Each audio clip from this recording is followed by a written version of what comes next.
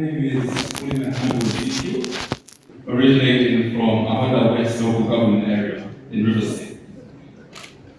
I'm a senior associate in the quantitative modeling team at Bloomberg UNG Finance, and I also cover the Nigerian power sector in depth. So we all know the power situation in Nigeria is extremely bad. I mean, chances are the very side of you projected on this monitor here is powered by the most expensive source of generation out there, i.e. diesel generators, diesel gensets. But today I'm here to explain how solar can alleviate this situation.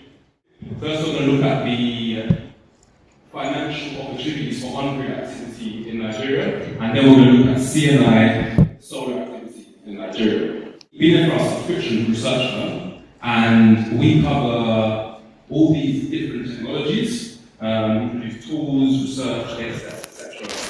And we cover, specifically for this conference, we cover solar, and we also cover frontier power on the off-grid side, which is relevant to this conference. We do a huge amount of research on when we expect installed capacity to be over the next 40 years. And this is one of our sort of trademark pieces of research. But here what you can see is, on the left-hand side, you've got today. In 2016, you can see there's actually no yellow, i.e. solar, installed, or only 5%.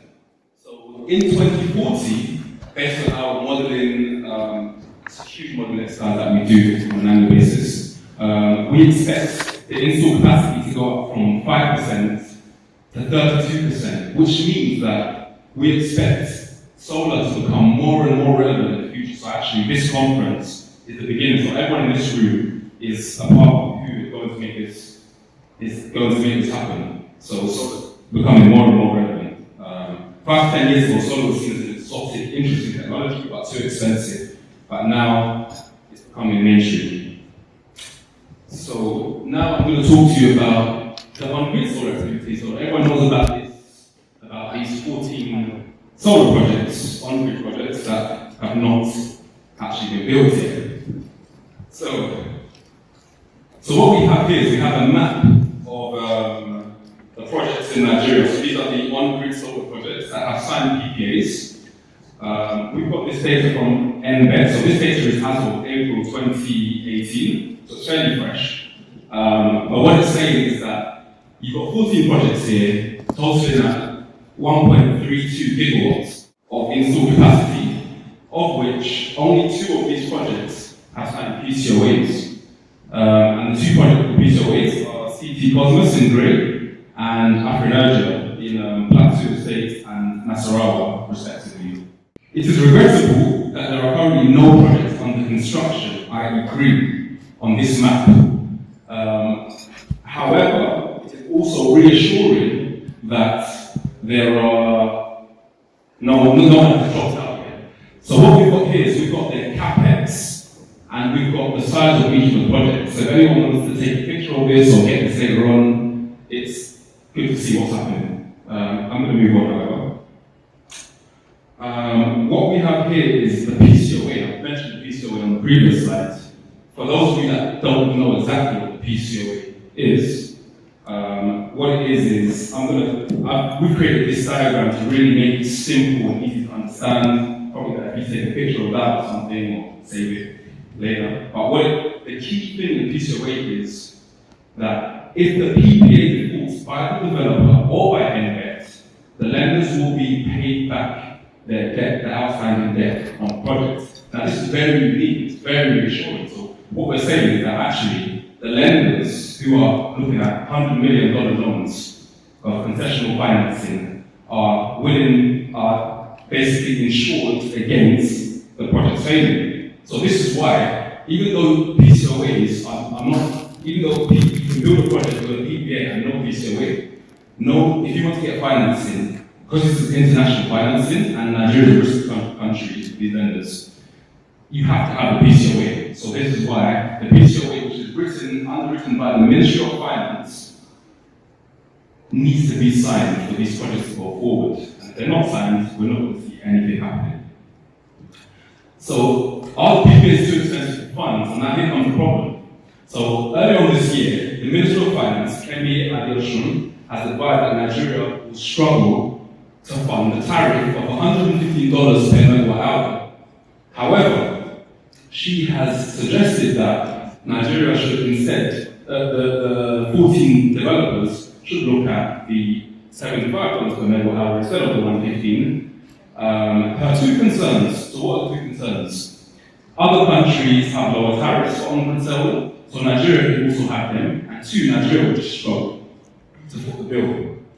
Okay, so piece of equipment, as I mentioned, in order to draw down huge loans of 80, 50 million to $100 million for these large-scale utility projects, you need to have this PCOA in place as a guarantee and insurance policy for the lender.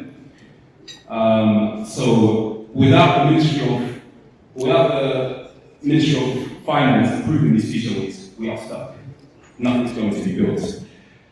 Okay, so everyone knows that the total, if we look at the map on the previous slide, we have $1.8 billion of investment in the pipeline. That's huge, just for solar. And we look at Nigeria's credibility, defaulting on the PPA that have already been signed is really going to be bad on the global scale. So, what we have done here, actually, is we decided to look at economic fundamentals, assuming developer capex, using our energy project evaluation model, also known as EPVAL. And what you can see up here is, based on the data that you saw on the previous slide of the map, what we have here is the average capacity of 994. The key I want you guys to look at here is the capex. So the capex, the average capex for all developers was $1.38 million per megawatt DC. It will be slightly different with AC.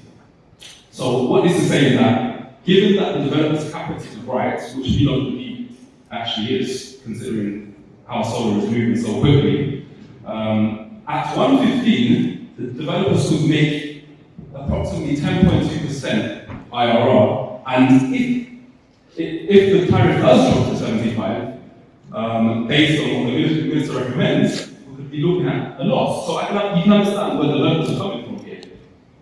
However, now this is another big piece of research that we've done. So we have a solar team that are in many different regions around the globe, but essentially we produce a benchmark price index for fixed access PV systems. And what this is saying is that actually, incredibly, solar from 2010 to 2019, solar has dropped a massive 73%. So that's incredible. I mean, you don't see that in many technologies. And between 2016 and 2019 alone, it's expected to drop another 23%. Now, these PPAs were signed in 2016, so actually, even if those capex that developers are using are to be believable, they're out of date. So, now we've done Venus take on capex. So on the left-hand side, you've got the previous scenario that we had, and on the right-hand side, looking at the economic fundamentals and running it through our project valuation model, EPVAL, we can see that actually, at 115, you get an unbelievable IRR of 25%. I mean, I don't know any technologies or markets that are offering that kind of IRR. So, and if we do see take the 75, which the minister was suggesting, you can see 8.3%. Now, that's a fairly decent IRR, 8.3%. It's not amazing. However, we do find that you could also use single axis tracking, which we find on our analysis that single axis tracking doesn't increase the IRR more than it increases the cost of the project. So what you can see here is actually possibly the minister has a point that these tariffs are high. So what our IRR is saying, what our analysis is saying that capex should be $0.88 million per megawatt and not $1.38 million per megawatt. That is ridiculously too high. Okay, so what we've done here is we've levelized the tariffs huge piece of research that we do. We look at the cost of generating solar in all these different markets globally. So at the top you've got EMEA, and then you've got APAC, and then you've got the Americas. And then what we've done is that 53 you can see on the left-hand side is essentially the $75 tariff levelized. Now the reason why we levelize the tariff is because the PPA that has been signed was not linked to inflation. So in order for us to compare it to other markets, we need to levelize it. So the 75 essentially becomes 53, and the 115 essentially becomes 81. So this is, I mean, everyone's probably heard of Nigeria's 2030 target, 3030, the Nigeria Vision 3030 energy target, thanks to the Federal Ministry of Power, Works and Housing for supplying this. So what you can see here is today, Nigeria is heavily dependent on self-generation, diesel and petrol gensets. I mean, it's unbelievable to see a market with this kind of GDP depending this much on diesel gensets. So as you can see, by 2030, Nigeria is planning on becoming far more diverse, and as you can see, what we're looking at the data at the bottom right-hand side is you're seeing that on-grid is expected to increase from 6 to 32. This is gigawatts generated. So, okay, so that being said, that's the on-grid, that's not what's happening on the on-grid side. Now I'm going to talk to you briefly about CNI and Nigeria compared to the rest of Africa, and also why adding solar can be beneficial to commercial and industrial players. So, Nigeria's reliance on self-generation is bad, as you can see. So, the dark green here represents more than 12 hours of power outages and a high number of power outages. So, basically, what you can see is too many long outages, that's a thunderbolt, impacts monthly sales, which is the dollar symbol. Given Nigeria's GDP, we feel there should be less dependent on diesel, gasoline, gensets, what this map is saying. Nigeria spent $16 billion in 2016 alone to power private diesel generators. That is huge. And also 60% of these firms rely on generators, which is again not good. So, what we've got here, we're proposing a solution. So we've run this through our models as well. We've got here, if you look at the title of the slide, it summarizes what we're saying. So adding solar is diesel only for commercial and industrial players. So for countries with high retail electricity prices, such as Nigeria, adding solar is economical. What I want to do here, because it's quite complicated looking chart, but it's really simple and really amazing. So on the horizontal axis, you've got the number of hours of typical outage in a year, and on the y-axis, vertical axis, you have the commercial grid tariff, retail electricity price. And the reason why we're only on commercial here is because we found very similar result for industrial. So what this is saying, what you've got here is the bubble size. So in 2016, Nigeria generated approximately 30,000 gigawatt hours. So that's what the bubble size means. But the key thing to look at in this chart actually is that the yellow section, for countries in the yellow section, it is economical to add solar to diesel. So actually, the hotel that we're saying on here, if they're just using diesel, they should be adding solar, and their electricity bill will come down significantly. And that's what this chart is saying. In fact, in Nigeria, because it's a special case, they've got high tariffs and very high outages, more than some of the other African countries. So actually, in Nigeria, irrespective, as long as the price is above 110, it makes sense to add solar to reduce your electricity bill. So, we've done a quick case study looking at how solar hybrids can cut the cost of telecom towers. And it's unbelievable. If you look on the left-hand side here, Nigeria, 52% of the telecom towers are solely powered by off-grid. I'll repeat that. That's 53%. It's unbelievable. Now, we've spoken to MTN and Airtel and all the network providers, and actually, for them to actually be able to expand their network, they need to be able to have stable power, even though these systems are fairly small, 2 kilowatts or so, but they all add up. So what we need to see is less blue for Nigeria. And not only that, we've got 44% relies on an unstable grid. So this is unbelievable. I mean, you look at the other markets, look at Kenya, it's pretty fine. So they wouldn't be able to expand their network if the rural areas, if they are heavily dependent on off-grid. So actually what we're saying here is, if they add solar to their system, they can improve this. So I'm going to conclude this now. I've got really 4 main points actually.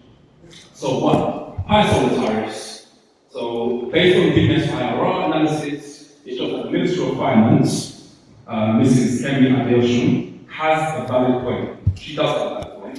That the capex has gone significantly. We don't believe that the capex should be anywhere near the $1.38 million per megawatt.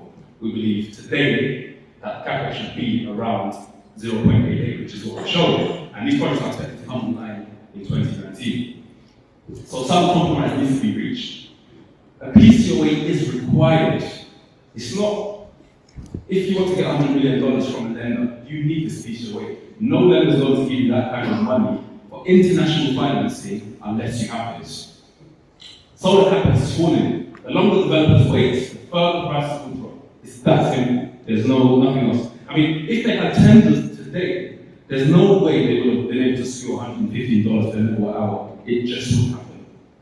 So, and finally, ambitious 2030 targets. So Nigeria has an ambitious energy target to be quite diversified by 2030. So actually, they need to start building projects fairly soon. We need to see things. We can't see this stalling going on any longer. And for commercial and industrial, we had a problem. The problem is Nigeria is extremely reliant on self-generation from diesel and petrol gensets. And what we're saying is, from our analysis, adding solar and storage will be cheaper, will reduce their electricity bills for hotels, factories, etc. So that concludes my presentation. Thank you very much.